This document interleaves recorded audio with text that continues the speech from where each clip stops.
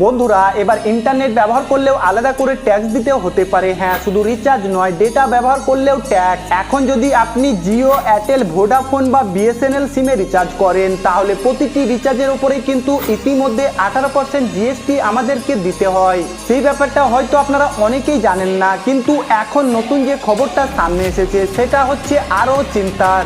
Report অনুযায়ী বলা হচ্ছে এখন মোবাইলের ডেটা ব্যবহারের উপরেও ট্যাক্স বসানো হতে পারে। মানে আপনি যদি ডেটা ব্যবহার করেন তার উপরেও আলাদা করে ট্যাক্স দিতে হতে পারে। একটা উদাহরণ দিয়ে আপনাদেরকে বলি, শুধু 2025 সালে ভারত জুড়ে প্রায় 29 বিলিয়ন জিবি ডেটা ব্যবহার করা হয়েছে।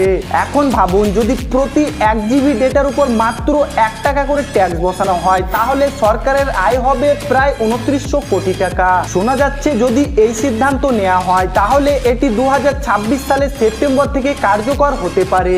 একদিকে রিচার্জের দাম বাড়ছে, একদিকে মোবাইলের দাম বাড়ছে, তার উপরে আবার ডেটার উপরেও আবার ট্যাক্স বসানো হচ্ছে। এটা কিন্তু সাধারণ মানুষের জন্য সত্যি বড় সমস্যা হতে পারে। তাই বন্ধুরা, এই খবরটা অন্যদের সাথে শেয়ার করুন যাতে সবাই বিষয়টি জানতে পারে।